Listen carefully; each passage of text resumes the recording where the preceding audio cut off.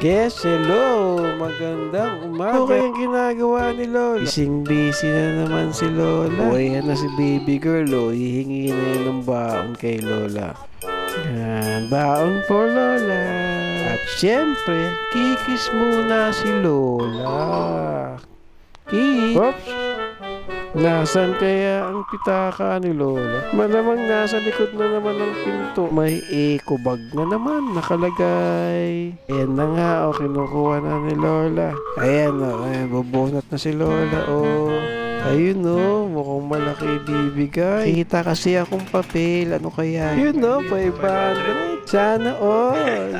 Pero hindi pala, barya pala yung bibigay, baby girl. Ayun, ang daming barya, Yo, tara na, baby girl. Alis na tayo. Balik pa tayo. Let's go! 500.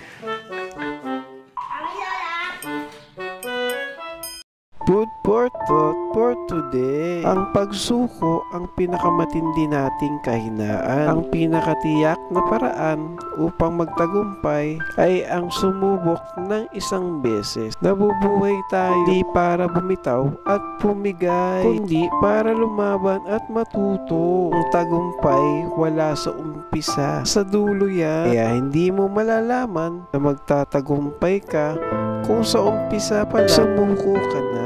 Eto pa. Sobrang ganda ng plano ni Lord sa buhay mo. Pero minsan, kailangan mo lang ng talaga daanan ang mahirap na proseso. Huwag kang mapapagod sa paggawa ng kabutihan. Dahil isa yan sa mga ugaling hinahangaan. Hindi ka man mapansin ngayon, radong may gantimpala sa tamang panahon. So, hanggang dito na lang po ang aking food for thought. Sana may napulot po kayo sa ating food for thought. Magandang umaga po sa inyo.